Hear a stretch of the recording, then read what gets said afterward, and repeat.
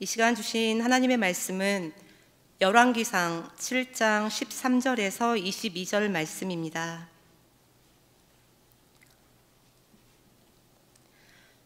솔로몬 왕이 사람을 보내어 히람을 두로에서 데려오니 그는 납달리 지파 과부의 아들이요 그의 아버지는 두로 사람이니 노세 대장장이라. 이 히람은 모든 논일에 지혜와 총명과 재능을 구비한 자이더니 솔로몬 왕에게서 그 모든 공사를 하니라. 그가 녹기둥 둘을 만들었으니 그 높이는 각각 18규빗이라 각각 12규빗 되는 줄을 두를만 하며 또 놋을 녹여 부어서 기둥 머리를 만들어 기둥 꼭대기에 두었으니 한쪽 머리의 높이도 5규빗이요 다른 쪽 머리의 높이도 5규빗이며 기둥 꼭대기에 있는 머리를 위하여 바둑판 모양으로 얽은 그물과 사슬 모양으로 따은 것을 만들었으니 이 머리에 7이요 저 머리에 7이라.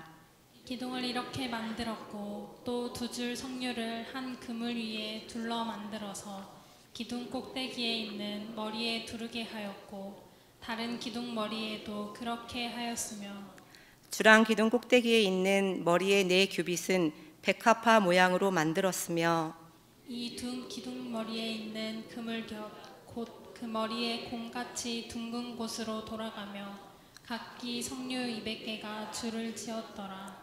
이 두 기둥을 성전의 주랑 앞에 세우되 오른쪽 기둥을 세우고 그 이름을 야긴이라 하고 왼쪽의 기둥을 세우고 그 이름을 보아스라 하였으며 그 두 기둥 꼭대기에는 백합화 형상이 있더라. 두 기둥의 공사가 끝나니라. 아멘. 주일 찬양 예배 오늘 청년들과 우리 청소년부 같이 하나님께 찬양을 드렸는데요. 그 모습이 너무도 아름답고 그 찬양의 콘티 곡을 고르는데도 굉장히 기도하면서 고른 것 같아요. 아마 그 찬양의 가사가 우리 청년과 청소년부 우리 친구들의 믿음의 고백이 될 것이고 믿음 안에서 잘 자랄 수 있도록 보실 때마다 격려해 주시고 축복해 주시고 비전을 이룰 수 있도록 기도해 주시는 우리 성도님들 되셨으면 참 좋겠습니다. 네, 오늘 말씀을 제목을 두 기둥 야긴과 보아스라 정해보았습니다. 이스라엘의 두 번째 왕인 다윗이 어려운 나날들을 보내고 평안의 시대를 맞이하여 하나님의 성전을 건축하고자 했습니다. 그러나 하나님께서는 나단 선지자를 통하여 다윗에게 아직 때가 되지 않았다고 말씀하시며 다윗의 뒤를 이은 아들을 통하여 성전을 건축할 것이라 말씀하셨습니다. 다윗은 하나님의 약속을 믿으며 성전을 지키기 위해 오랫동안 정성껏 준비하였고 아들 솔로몬에게 하나님께서 성전을 지을 때까지 언제나 함께해 주실 것이라고 말하였습니다.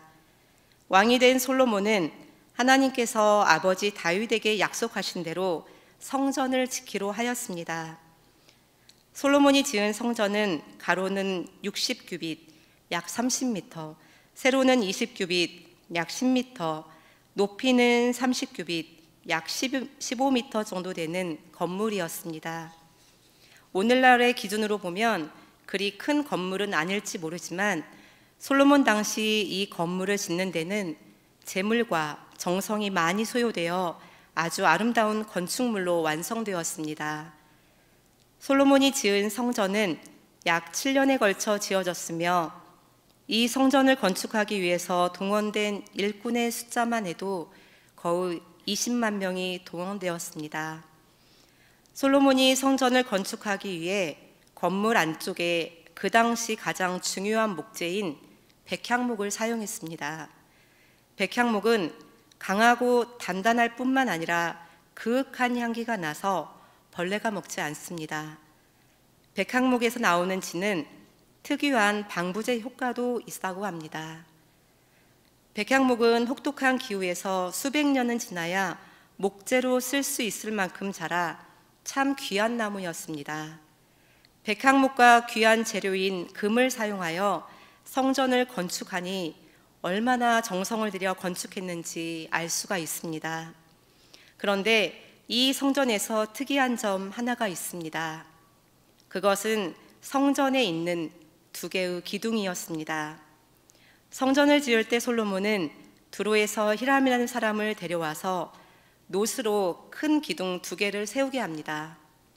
노스로 높고 굵은 기둥 두 개를 만들어 성전에 들어가는 문 앞에 세워놓고 성전에 오는 사람들이 크고 웅장한 두 개의 녹기둥을 보게 합니다.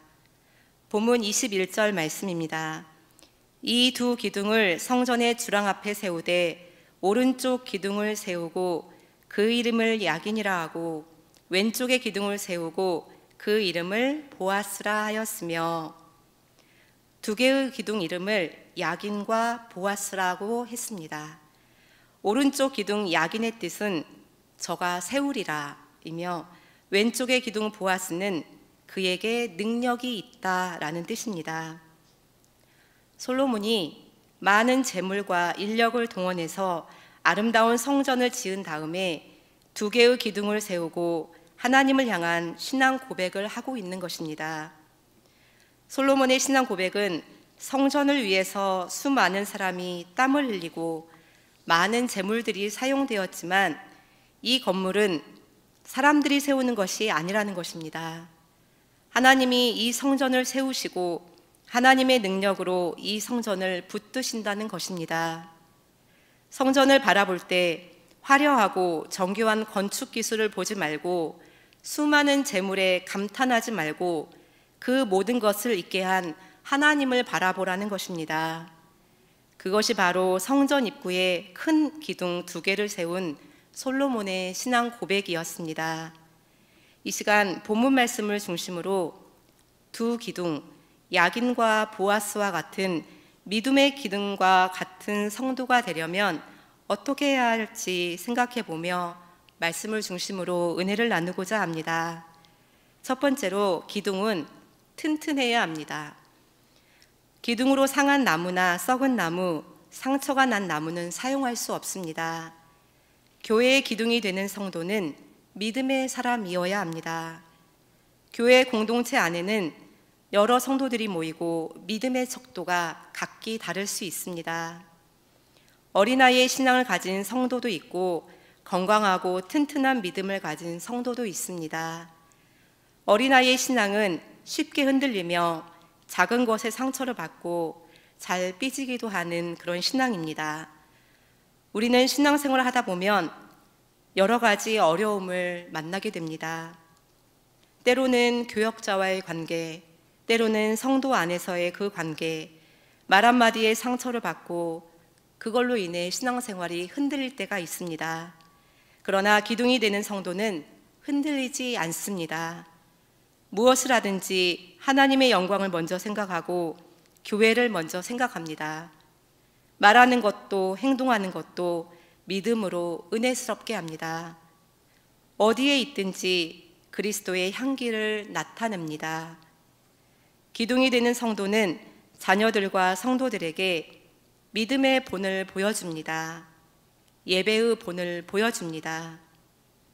성도 여러분, 내게 주어진 사명을 감당하다 보려면 힘들 때가 참 많습니다. 그럼에도 기둥과 같은 성도는 절대로 포기하지 않습니다. 사람의 말에 치우치지 않습니다. 여호수아 1장 7절 말씀 같이 읽겠습니다. 오직 강하고 극히 담대히 하여 나의 종 모세가 내게 명령한 율법을 다 지켜 행하고 우로나 좌로나 치우치지 말라. 아멘. 교회의 직분은 감투가 아니고 명예도 아닙니다.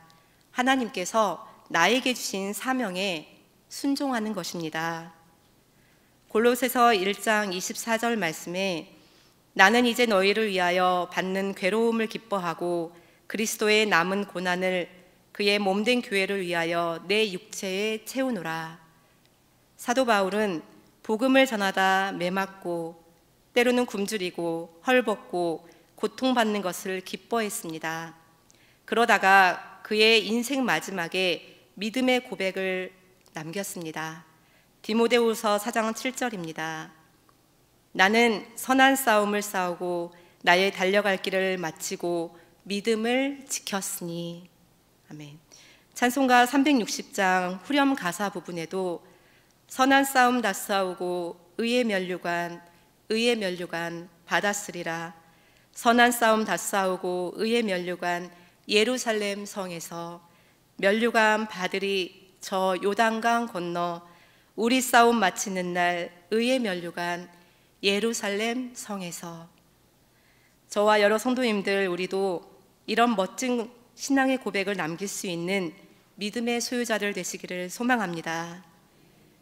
교회 공동체 안에서 내게 주어진 직분은 하나님께서 나에게 맡겨주신 것이기에 청지기와 같은 마음으로 오직 하나님만 바라보며 흔들리지 말고 우리가 가야 할 본향에 갈 때까지 철저히 순종하며 감당하시기를 바랍니다. 두 번째로 기둥은 제 자리에 서 있어야 합니다. 기둥은 눈에 보이지 않는 곳에서 건물을 잘 받치고 있어야 합니다. 기둥은 자기 자리에 있어야지 움직이면 안 됩니다. 기둥이 자기 자리를 지키지 않고 이탈하면 그 건물은 무너질 수밖에 없습니다. 기둥의 사명을 가지고 자기 자리에 있어야 합니다. 교회 공동체 안에서도 성도로서, 찬양대로서, 교사로서 각각 직분의 위치에 있어야 합니다.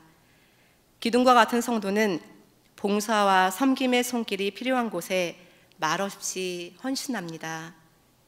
하나님께서 내게 주신 직분을 감사하며 사명을 감당하기 위해 노력합니다. 자기 자리를 지키고 끝까지 사명을 감당하는 성도가 기둥 같은 성도입니다. 성도는 교회 안에서 자신의 영광을 위하여 있는 것이 아닙니다. 오직 하나님의 영광과 교회를 세우기 위해 있는 것입니다. 우리 모두는 교회 공동체 안에서 구경꾼이 아니라 직분의 자리에서 섬김과 헌신으로 기둥과 같은 성도가 되어야 합니다. 세 번째로 기둥은 다른 것과 연결되어야 합니다. 기둥은 혼자서 서 있는 것이 아닙니다. 다른 것들과 연결되어 있습니다. 다른 것들과 연결되어 있을 때 기둥의 역할을 충실히 할 수가 있습니다.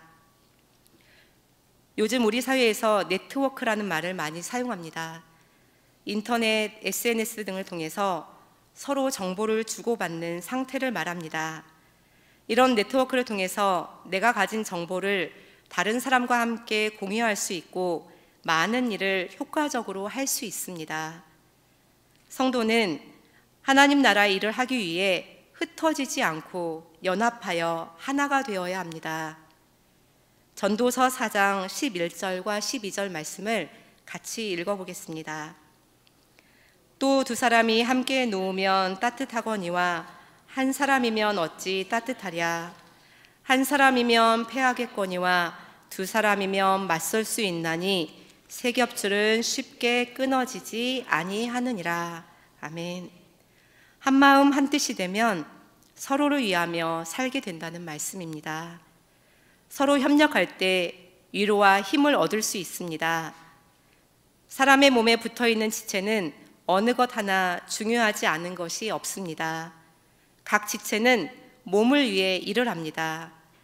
따라서 주님의 몸된 교회의 각 지체가 된 성도는 자신의 직분에 열심을 다하며 서로 협력할 때 교회가 든든히 세워져 가게 됩니다. 기둥과 같은 성도는 교회 공동체 안에서 서로의 소중함을 깨닫고 서로를 붙들어주며 서로 힘을 합쳐 승리하도록 합니다. 어렵고 힘들어 지쳐하는 성도가 있으면 손을 붙들어주며 용기를 심어주고 옆에서 승리하도록 섬겨주어야 합니다. 네 번째로 기둥과 같은 성도는 열매를 맺어야 합니다. 본문 17절과 18절 말씀을 보면은 기둥 꼭대기에 있는 머리를 위하여 바둑판 모양으로 얽은 그물과 사슬 모양으로 따은 것을 만들었으니 이 머리에 7이요 저 머리에 7이라. 기둥을 이렇게 만들었고 또 두 줄 석류를 한 그물 위에 둘러 만들어서 기둥 꼭대기에 있는 머리에 두르게 하였고 다른 기둥 머리에도 그렇게 하였으며, 이어서 19절과 20절에 두 기둥 머리 꼭대기에는 백합화 모양으로 만들었으며 그 아래 기둥 머리에 그물이 그려져 있고 둥근 곳 같은 곳에는 석류 200개씩 그려져 있다라고 기록되어 있습니다. 영혼을 구원하는 성전에 들어가는 입구 기둥에 석류를 사슬로 매달고 그물처럼 만드신 하나님의 의도를 알아야 합니다. 수많은 영혼을 그물로 건져 빠져나가지 못하도록 사슬로 엮어서 하나님의 집으로 모으는 모습이 성전의 기본적인 임무입니다. 천하보다도 귀한 영혼을 하나님께로 인도하는 성도, 기둥과 같은 성도입니다. 주님께서 교회에 꼭 필요한 일꾼이라 인정해 주실 것입니다. 성도 여러분, 오늘 우리들의 삶은 어떻습니까? 야긴과 보아스라는 두 믿음의 기둥이 굳게 잘 서 있습니까? 부안제일교회의 기둥 같은 성도가 되시기를 간절히 바랍니다. 야긴과 보아스 같이 교회를 든든히 받쳐주는 기둥이 되시기 바랍니다. 기둥은 튼튼해야 하며 제자리에 있어야 하며 연결되어 있어야만 합니다. 그 무엇보다도 기둥은 많은 열매를 맺어야 합니다. 영혼 구원을 위해 전도하기를 힘써서 하나님의 교회를 채우고 교회를 든든히 세우는 기둥과 같은 일꾼이 되는 여러 성도님들 되시기를 간절히 기도합니다.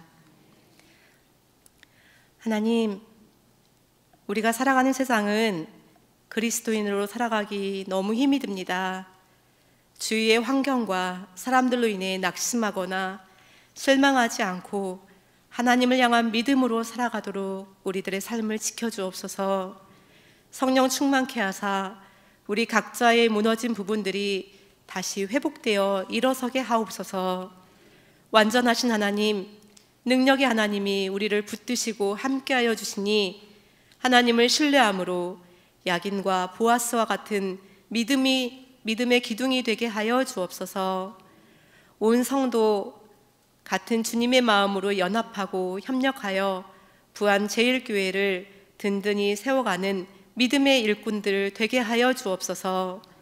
이제는 예배를 마치고 세상 속으로 나아갑니다. 믿음으로 승리하는 한 주간 삶이 되도록 함께하여 주옵소서. 예수님의 이름으로 기도드립니다. 아멘.